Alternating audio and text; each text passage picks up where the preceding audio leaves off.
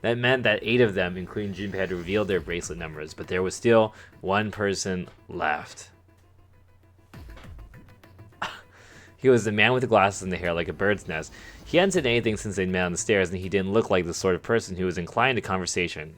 Is he mute? His skin was pale, his breathing heavy, knees weak, arms heavy. There's vomit on his sweater already. Mom's spaghetti. On the surface, he looked nervous and ready to drop combos, but he keeps on forgetting what he put down. Whatever the case, it seemed clear that there were only fingertips worth of a grip of insanity? This is fucking insane.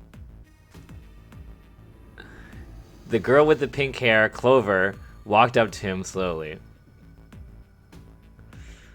She put her hands on her hips and eyed him suspiciously. What number are you?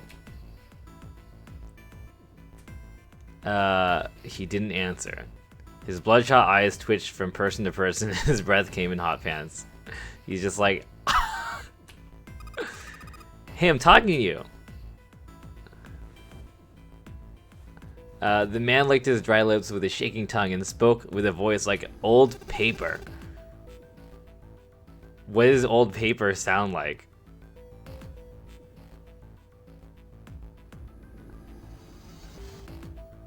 Yeah, I don't know. Isn't it obvious? There's 9 people here, and you know numbers 1 through 8 are. I'm the only one left, so you're 9. Yeah. He extended a trembling arm. The bracelet did indeed say 9. Clover looked at it contemptuously, like she wishes her number was bigger. What's your code name? Code name? What do you want us to call you? We all made up names. You should too. I don't need one. Why not? Because I'm not going to stay here. With you. He took a shuddering breath and exhaled. Clover looked at him with something very like disgust. You've got some sort of plan? I do. Yeah, what's that? You sure you want to know? Yeah. Alright. Let me show you. I'm going to do...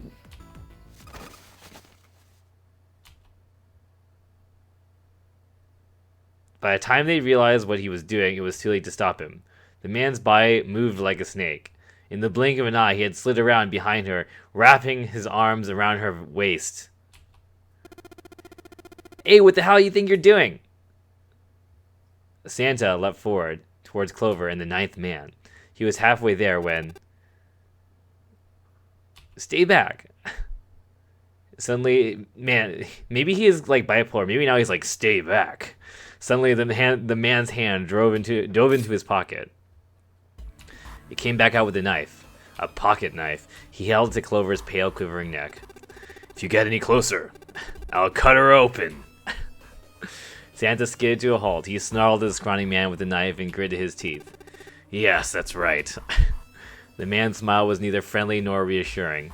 Sweat poured down his neck, soaking the collar of his shirt. Clover, are you alright? The prince, Sneck's voice sounded oddly concerned. Yeah, I'm fine.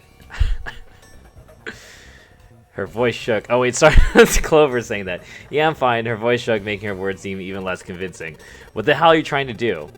I told you, this is my plan. What are you gonna do to her, you sick son of a bitch?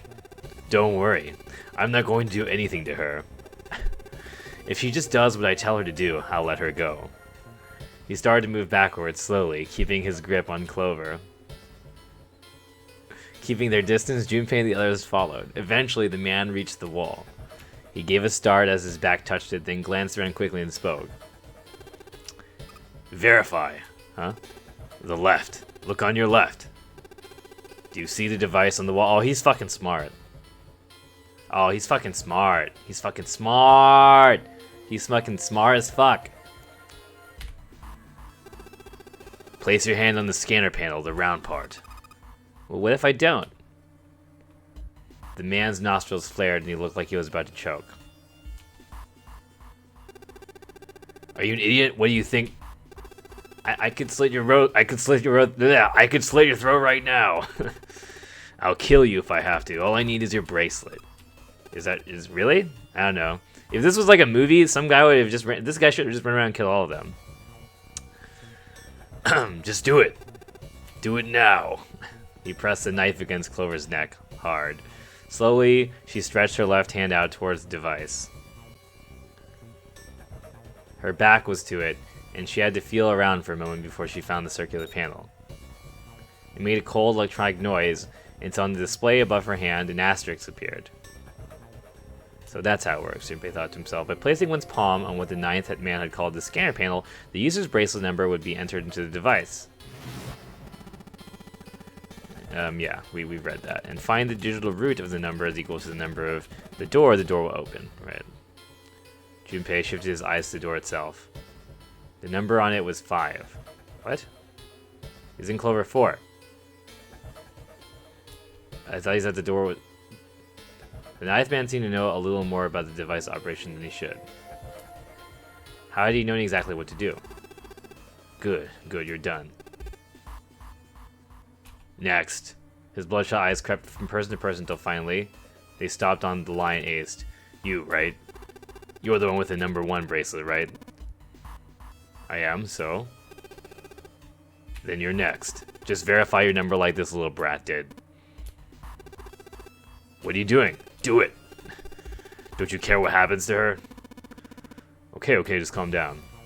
Ace held up his hands, palms out. The ninth man jerked his chin towards the device. So, man, maybe, dude, if he was actually an evil, dastardly villain, he should have been, like, mathing it out to find out the number combination that makes the other door impossible. If he went through one of the other doors, that would be pretty great. Well, actually, not really, because you probably need, like, everyone alive to get to the 9th door, right? Or maybe not. I mean, I guess you could find a different combination. Maybe, I guess his number is 9. So he could just open it by himself, I guess? What an asshole. Slowly, cautiously, Ace moved towards the device. Like, maybe, like, you should be thinking, like, if we're Junpei, if we're 5, then we need to be thinking about, like, you know, being homies with Clover, I guess, and, you know, being homies with a lot of the other people, figuring out what people we need to be homies with. Slowly, cautiously, Ace moved towards the device. Oh, right, the 3-5 rule. I forgot the 3-5 rule. Good shit, I forgot. I guess if it wasn't for the 3-5 rule, he would have just, like, you know, grabbed me or Akane, yeah. After what seemed like an agonizing eternity, he reached it. Now, verify. Ace nodded and placed his hand on the scanner panel. It beeped and a second asterisk appeared. Now the device had Clover and Ace's number, 4 and 1. 4 plus 1 equals 5. The same as the number written on the door. What? But it wouldn't open just yet. Only 3 to 5 people can go through the numbered door. Okay, yeah.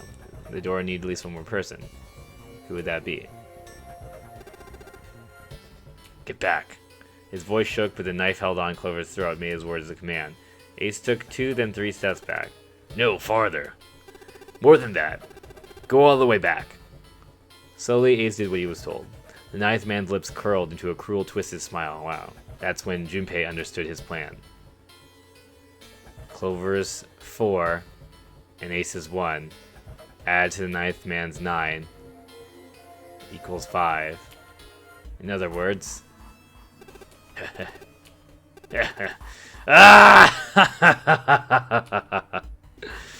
Thank God you were all so cooperative. Now I can get the fuck out of this nightmare. He pressed his own hand against the scanner panel. A third asterisk appeared on the screen.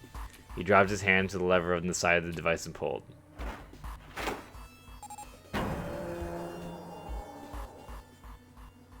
The door opened with a heavy metallic groan. He let go of Clover. Wait! Junpei leapt towards the ninth man, but he wasn't fast enough. The man shoved Clover. Ah! And hopped through the door. Okay, have a good one, guys. I'm off ahead. Well then. Goodbye. He raised his hand and waved a twisted smirk on his face. Then he was gone.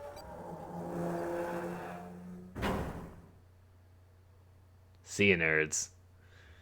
Then he was gone. The door ground shut with a dull clang of metal on metal. Clover! Are you alright? Snake ran to Clover's side as she lay on the floor. Yeah, I'm alright. She climbed up unsteadily onto her feet, and once there, leaned heavily on Snake's shoulder for support.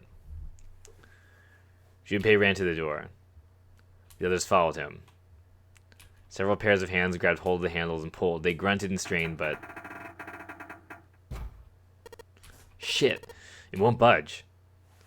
That's when Lotus, the dancer, spoke. Her voice was quiet. Do you hear something? Like what? Like some sort of beeping. Junpei pressed his ear against the cold metal of the door. The others did the same. You're right, I can hear too. What is it? Then they heard something else. It was the ninth man. Shit, why isn't it stopping? God damn it! You lied! Lied? Is it a bomb? This wasn't supposed to happen! This is wrong! This is wrong! His voice shook with fear. Safe on the outside, they stepped back from the door and looked at one another. What's happening in there?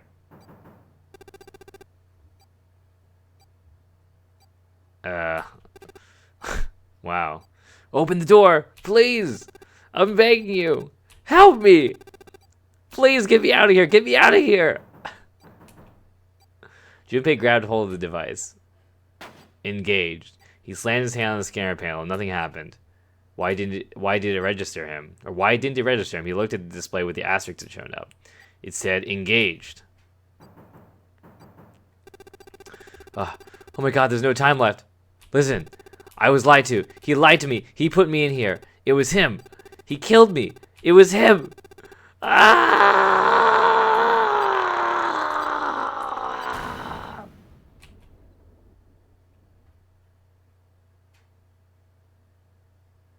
Hold the door! Hold the door! Hold the door! Hold the door! Hold the door! The explosion rocked the room. Instinctively, they ducked, then stood up slowly when they realized there was no danger. No one spoke. Silence filled the room. In that silence, the electronic tone that echoed across the room sounded as loud as a gunshot. All eyes turned towards it. Vacant. It had come from the device mounted next to the door. The display changed from engaged to vacant. Let's see if we can open it. Seven the mountain swallowed hard. Junpei nodded and placed his hand on the scanner panel. A red asterisk appeared on the LCD. The device had registered Junpei's bracelet number 5. His was not enough, however. At least 2 more people were needed. Junpei asked, which pair? So we gotta stick with the same girl, right? Oh, Santa? Sounds great, dude. Okay. But will they be able to get there together? 9 plus 9 is 18. I guess they're fucked, right?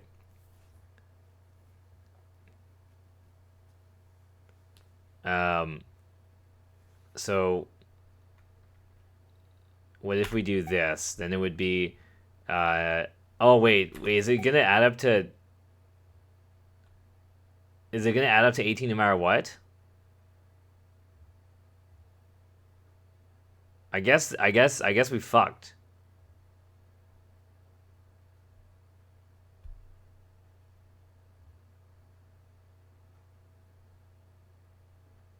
You're double counting people? Oh, it's not showing all the numbers. Oh, why is it showing? Oh, right. Right.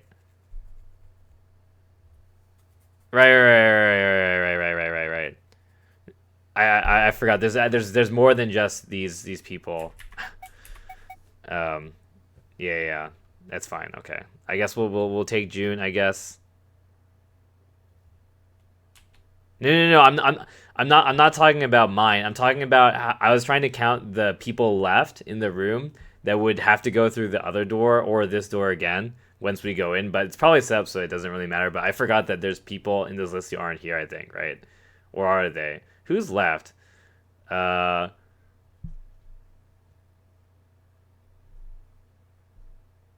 I guess is this everybody? There's one, two, three. Oh wait, no, there's Clover. Clover, yeah. So Clover's still here. Yeah. Clover is still here. With Clover, any of those will just add to. You'll pick the girls.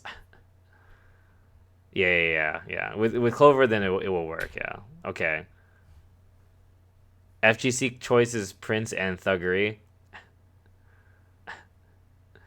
Yeah, I don't know. I don't know about the 7 guys, Shady. We could go for the Opie choice with Ace, but I gotta stick with my homie Santa, dude. That guy's the boss. Santa and June, you think you give me a hand here? The pun was a little too on the nose, but the mood was still grim. Both Santa and June lifted their hands silently. He verified and she followed suit. They'd fulfilled the conditions. If they were to pull the lever on the side... Are you guys ready? I'm going to open it. Junpei grabbed the lever and looked back over his shoulder. They stiffened and nodded. Junpei nodded back, and his mouth in a grim line. And set his mouth a grim line. Then he slowly lowered the lever.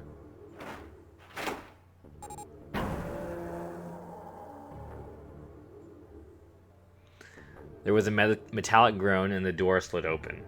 A breath of air drifted out of it, carrying a stench that nearly made them gag. Junpei grimaced and put a hand over his mouth. Oh my god. Good god. Lotus and Ace shuddered. 7 grunted. Well, that's pretty bad. Even Santa's voice shook. He blew up. It appeared that Santa was right. The hallway on the other side of the door was splattered with chunks of torn flesh and dark, red blood. Ah! The shriek echoed across the room. It had come from June. Then her stomach left her, and she dropped. As Junpei turned to catch her, the door groaned shut. Oh shit. She crumpled to the floor. June, you okay? Junpei dropped to his knees and put his arm around her shoulder. That was when he noticed. Her whole body was feverish. She radiated intense heat. What the hell? Where'd this fever come from? June didn't answer. Her face looked like wax and her whole body began to shake. Alright, let's just rest here for a moment, okay? You think you can walk? She nodded weakly. Junpei lifted June to her feet and guided her to a nearby chair. There was a chair. Here we go. As gently as he could, he set her down in it. Oh, those are some nice chairs. How are you feeling? Are you alright? She nodded as she did. A single huge tear rolled down the side of her face. Why did this have to happen? Her voice crackled, broken by misery and grief and choked by sobs. Man, she's really feeling for this guy who's a scumbag and got himself killed. Why did this happen? Junpei spun around. Do any of you know what the fuck's going on here? Who's Zero? What is this nonary game? Come on, anybody? Anything? What the hell's going on? Where are we? What are we doing here? No one spoke. Ace, Snack, Santa, Clover, 7, Lotus. They all simply stood there, 7 pairs of downcast eyes and 7 grim lines for mouths. June's body shook with silent sobs. They slowed as the minutes ticked by, and eventually they stopped.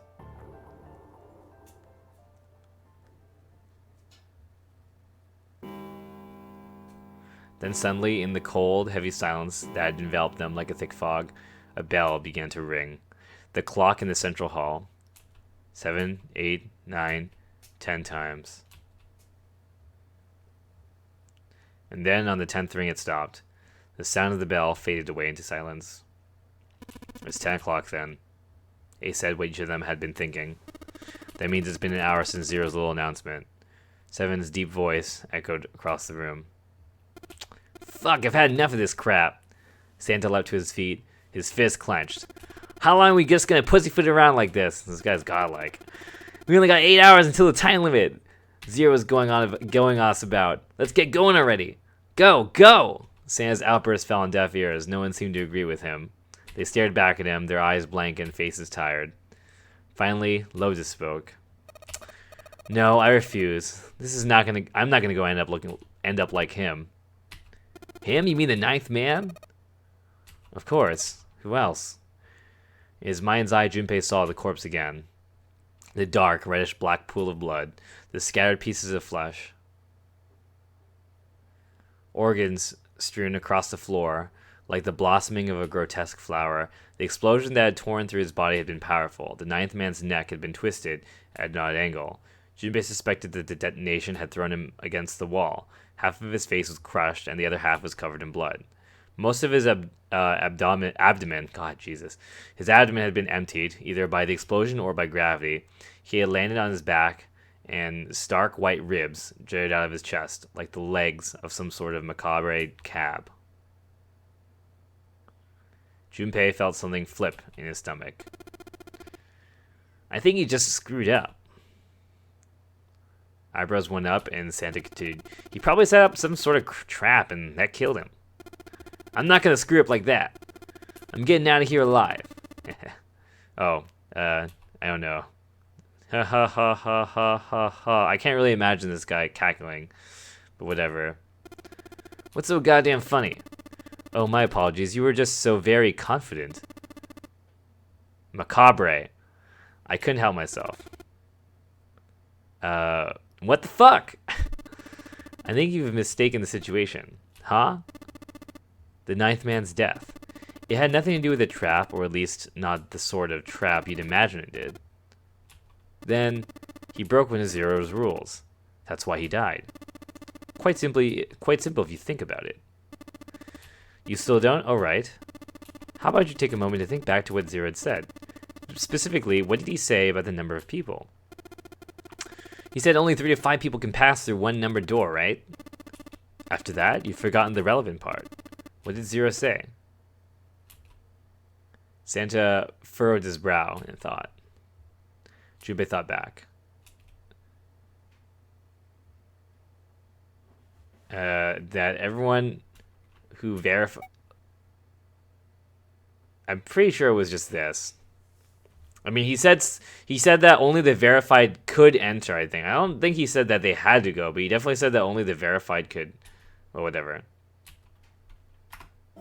Oh, whoops. I should probably save, actually.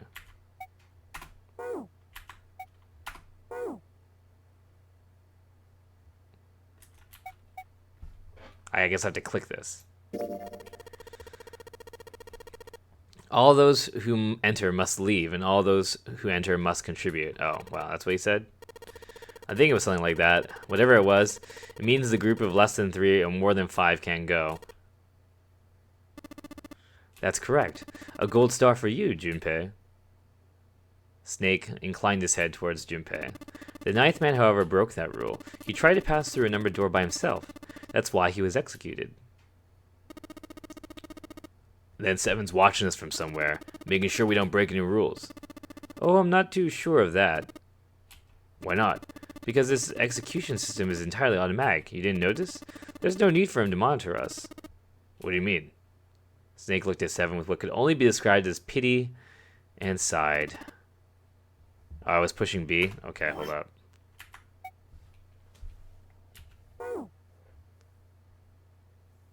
Could not save. What? Oh, there we go.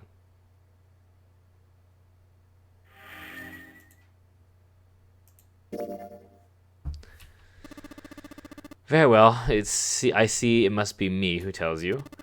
I've waited long enough, I suppose. I had hoped Zero might spare me the trouble, but that seems increasingly unlikely.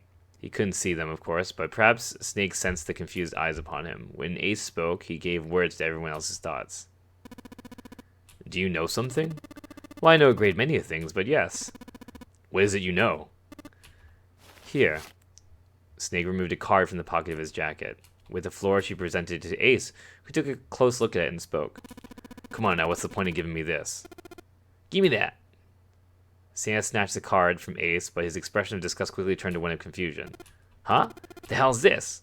Seven tugged it out of Santa's hand. Huh, I see. The card went from Seven to Lotus, from Lotus to June, and finally to Junpei. He looked at it and understood. Wow. This is Braille. Braille, the written language of the blind. The card was covered with small, embossed bumps. Junpei could recognize it, but he certainly couldn't read it. Sorry, guys, I can't read this. Junpei handed the card back to Snake, who nodded at him with a small smirk. Okay, that was fun. What's so important about that card?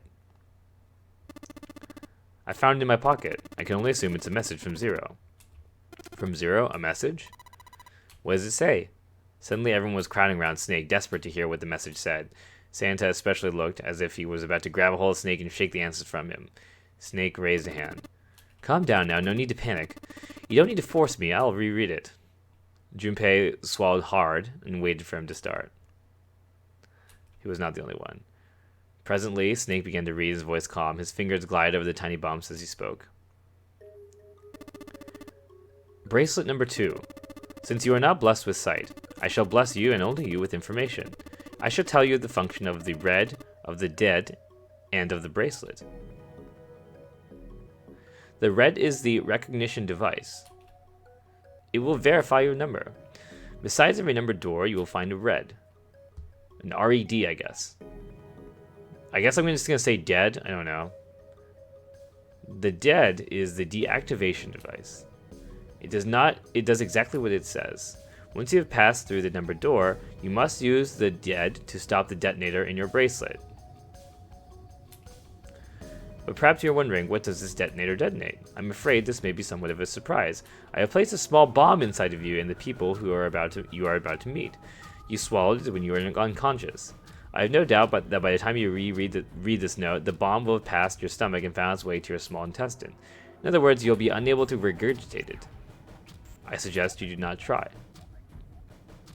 As I mentioned before, the bracelet on your left hand contains a detonator. Think of it as a remote fuse or a timer for the bomb in your body.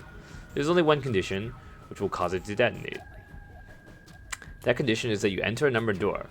Once you have done so, the timer will activate no matter who you may be. You will have 81 seconds. If after that, get it because it adds up to 9, the detonator has not been deactivated, it will send a signal to the bomb in your body, instructing it to explode. In order to deactivate the detonator, every person has verified their number at the red, but also verify their numbers at the dead. Once all numbers have been verified by the dead, you only need pull the lever at its side, and the countdown will cease. Anyone who does not verify their number at the red will find themselves unable to verify their number at the dead. That is to say, if you should pass through a numbered door without first verifying your number at the red in 81 seconds, you will be dead. You must also keep in mind that the numbered door will close automatically after 9 seconds have passed. So as long as the door is open, the dead will not function. You would do well to remember this.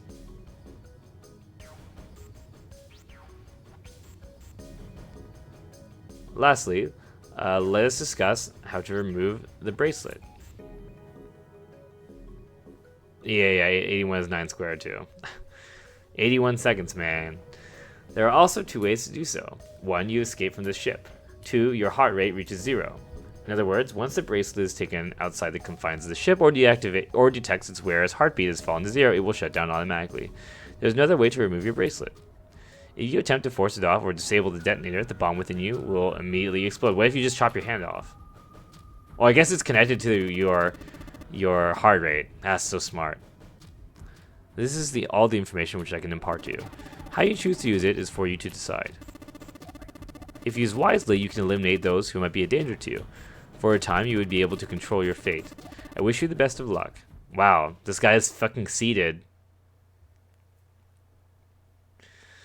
Snack finished reading and carefully returned the card to his pocket. The message had been lengthy, but its meaning was clear. Only those who verified their numbers at the red could pass through the numbered doors. Teams could not increase or decrease their numbers. The reds and deads and bracelets enforced the rule. They were judge, jury, and executioner. In defiance of Zero's suggestions, both Santa and Seven put fingers down their throats and began to gag. The rest stiffened, some touched their stomachs, some simply stared at their bracelets. Junpei gingerly touched his stomach. There was a bomb inside his body. The thought of it made him queasy. His stomach felt oddly hollow and his legs were weak. Why had Zero designed such a ludicrous game? Junpei looked over at the others. Alright, I'm gonna ask one more time. Do any of you know anything about Zero? They were all silent, each person waiting to hear what the others would say. Finally, Santa spoke. Actually, I saw him. I saw Zero when I got grabbed. I didn't see his face, though. Son of a bitch was wearing some kind of gas mask. The hell, come on, guys, give me something. You know, like surprise or something? Instead, it was Santa who looked surprised. There was a moment of silence, then everyone spoke at once. Yeah, I saw him too. Me too. He was wearing a gas mask. As stories were sorted out, the truth became clear. All of their stories were the same. They had been abducted at home at midnight. The person claiming to be Zero had worn a mask. There had been white smoke, and then each person had passed out. When they woke, they found themselves on D-Deck in a room with a 3-level bunk bed. Only 7 stories seemed to lack the detail of the others. Oh, me? Yeah, well, mine was like the rest of yours. That was what he said. It occurred to Junpei at the time that it sounded somewhat strange, but he didn't press the issue. He hadn't done so because there was something that struck him even stranger. That was the mystery of the relationship between Snake and Clover. For some reason, they had been abducted from the same room and woken up in the same room. Junpei looked at them thoughtfully. So what's the deal with the two of you, anyway? It was Clover that answered. Clearly, she felt she had nothing to hide. Oh. We're siblings. Guys don't look anything like each other. Siblings? Yes? Snake is my older brother, obviously. That means I'm his little sister. Is that really so hard to understand? Junpei was taken aback. The others seemed just as surprised. She is correct, of course. He laid his hand on Clover's shoulder. Are you surprised? Well, yeah, but... Why? There are other people here with connections to one another. Those two, for instance. Snake pointed at Junpei and June. Oh, you mean between that boy and me? Yeah, you did say you were childhood friends, didn't you? You went to school together? Yeah. June glanced at Junpei, uncomfortable with the sudden attention. Junpei felt somewhat nervous as well and tried to scratch his head as casually as possible. Hey, you think maybe we could figure out who Zero is anyway? Yeah, you're right. You connect the dots between the victims and that leads you to the perp. Textbook stuff. Okay, whatever, 7. Junpei, June, does any of this ring a bell? Ring a bell? Ring a bell? They looked at one another, and it was like stage. They both tilted their neck at the same time. Anime. Well, perhaps if you went to school with the son of a multimillionaire... A millionaire? Son? Well, someone bought this boat and set all this up. Whoever Zero is, they must be incredibly rich. Well, we can't be too sure of that. To me, this seems as though it was the work of an organization, not an individual. Zero is most likely the representative of a larger group. What sort of organization? It could be a number of things. An army, perhaps, or a research group. Perhaps this is all some sort of psychological experiment. If it isn't, it's a pretty fucked up experiment. I mean, come on, a guy's dead. The word dead hung in the air, heavy and ominous. The room went quiet again. I know who this Zero asshole is, but I sure know he's gotta be pretty fucked up in the head to do all this. If this was all one guy, then he's got some serious issues. Even with the specter of death hanging over them, the discussions continued for some time. In the end, however, they learned nothing. By the time they finished, 1.5 of their 9 hours were gone. All they had to show for it was impatience. Man, look, we only got 7.5 hours left, okay? You really sure you want to just sit around? No one was willing to argue this time. Well then, there's only one way for us to proceed. Sure not going to be fun running around knowing what we gotta jump through when Zero says jump, though. Jump, get it? Jumpy? Well, it's stupid just to sit around here doing nothing. Thanks to Snake's car, at least, we have some idea of how this all works. Correct, and as so long as we follow the rules, we should most likely be alright. But what? Who's going in which door? June looked towards the numbered doors. Oh yeah, that's right. We can't have any more than 5 people in one door. All 8 of us can't go in the same door. Then it would seem that we have to split up. Wait. Lotus looked terrified. I'm telling you now, there's no way in hell that I'm going through door number 5. Come on now, don't be so selfish. Call me whatever the hell you want, I'm not going in there. If I'm to have someone walk through all of that blood, then I'd rather stay here. We were doing so well. Ace shook his head sadly. Sorry, but I ain't going in there either. Someone else can go through door number 5. Oh, Santa, not you too. Hey man, I just bought these shoes, know what I'm saying? If you think I'm getting some creepy dude's blood all over him, you got another thing coming. That was the last straw. What the hell, man? Weren't you the one who kept saying we should get going? Yeah? Doesn't mean I want to go in door 5. Oh god, there was an awkward silence. Finally, Seven spoke. Fine, I'll go into door 5. I won't go in there alone, though. Anyone else willing to come with me? There was another long silence. This time, Snake was the one to break it. I'll go. What? Don't worry, you'll be fine. We may part now, but I'm certain we'll meet again later. What? What? Why? That sounds pretty stupid. Why would they fucking separate? That's not an answer. If you're going, I'm going too. I'm going in door number 5. What am I gonna do with you? There's nothing you have to do. Ace step forward. If I join, the problem's solved, correct? 7 is 7 and Snake is 2. If you add Clover's 4 and my 1, the digital root will be 5. Oh, works perfectly. The 4 of us can go into door 5. Wait, what about the other 4? What's their digital root going to be? Junpei did a quick mental calculation. Lotus, Santa, June, and Junpei remained. Their bracelet numbers were 8, 3, 6, and 5. 8, 3, 6, 5. What would their digital root be? This is 22, so 4. Right? Unless I'm crazy?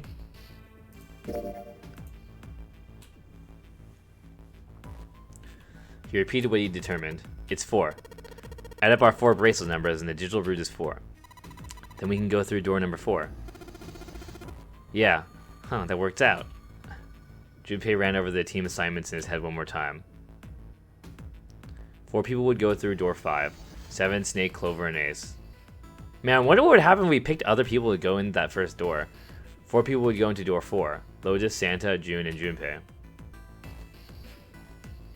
Junpei had to ask himself if the teams were really what he wanted. Beyond door 5 was what remained of the 9th man. He never wanted to see that thing again, but something in him said it would be unwise not to examine the corpse even a little closer. Of course, if he went through door 5, he wouldn't be able to be going with Lotus and Santa. Dude, that our team sounds sick, dude. We got the homie Chip, and then we got fucking the main girl, and we got the Opie girl. This is pretty good. True, it would be possible for him to bring June with them through door 5, but that would mean that she would have to see the horrific carnage that waited there. Junpei didn't want that. Junpei was torn. Should he stay silent to go through door 4, or should he stop them all and insist on door 5? As he turned his options over and over in his mind, Ace spoke up. Alright then. It seems we've reached a conclusion. Shall we go? He began to walk towards door 5. Clover and Snake followed with 7 a short distance behind. Which door do you want to go through?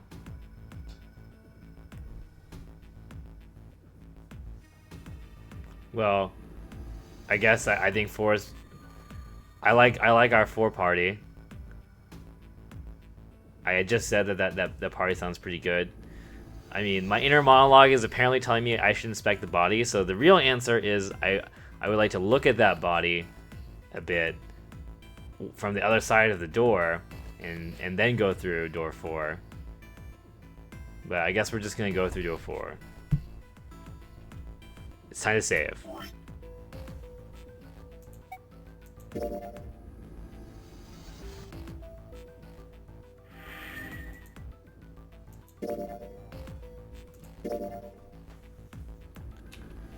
He would go through door 4 with Lotus, Santa, and June. Why had Junpei even considered doing otherwise?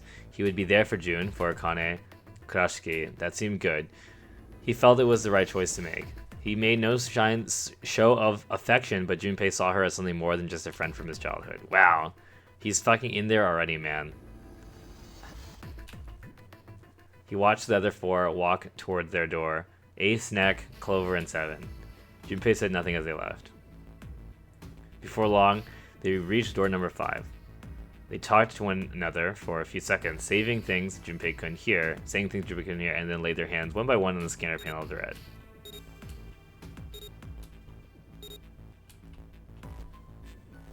Yeah, dude, MC is hell thirsty. Ace grabbed the lever, his face tight with determination. He turned over the shoulder. See, the only problem is, it would be nice to go with Ace. Ace looks like a capable person. 7 seems like a piece of shit and worthless. Santa is actually probably worthless. The optimal survival team would have been, I guess we bring June and grab Ace and like maybe one more.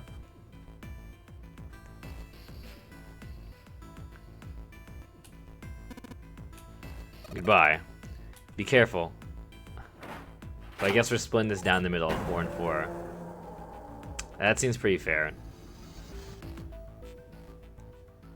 As Ace pulled the lever, the door swung open, the mouth of a great hungry beast. Beyond the door, Junpei knew, laid the sad remains of the 9th man. It did not surprise him that Ace, Clover, and 7 hesitated. The body was not a pleasant thing.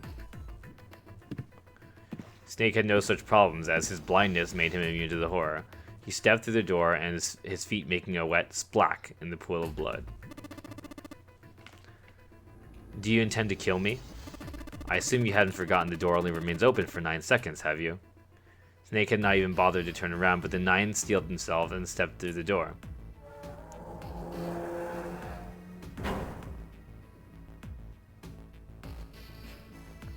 Door 5 swung shut, closed with the heavy finality of metal upon metal.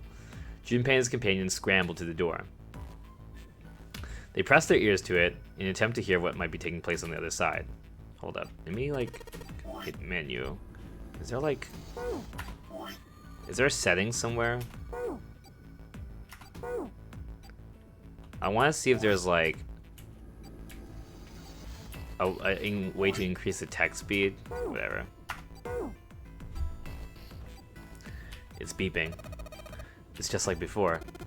Probably the sound of the detonator on the bracelet. Do you think that they're okay? June's face showed her concern more plainly than her words ever could. Almost as though in response to her question, a voice rang out from the other side of the door.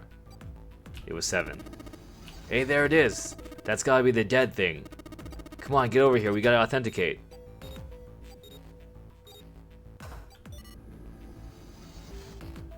The beeping stopped. The sigh of relief was audible even through the heavy door. Phew, looked like it stopped. Junpei and his companions leaned away from the door and breathed a collective sigh of relief of their own. Hey guys, are you doing alright over there? They'd heard 7's voice, but it wouldn't hurt to be sure. Yep, we're fine. Despite the recent danger, Clover's voice was as bubbly as ever. Oh hey, I'm gonna tell you about this whole dead thing, okay? The dead is just like the red, but the color's different. You know how the red was red? Well, the dead is blue. Other than that, it's just like the red. Authenticating is the same too. Awesome, thanks. You can only speed up text you have read. Oh, that's very annoying. Well, we should probably move on now. You be careful out there. Roger that.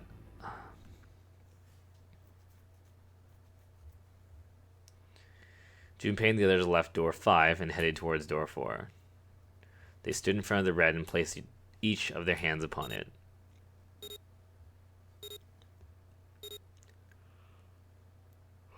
Four asterisks appeared on screen. Junpei grabbed the lever and turned around. You guys ready? Yeah, sure. Let's go. None of them looked particularly optimistic, but their faces were set. Junpei nodded to them and turned back towards the red. Alright, let's go. With strength and determination, he pulled the lever.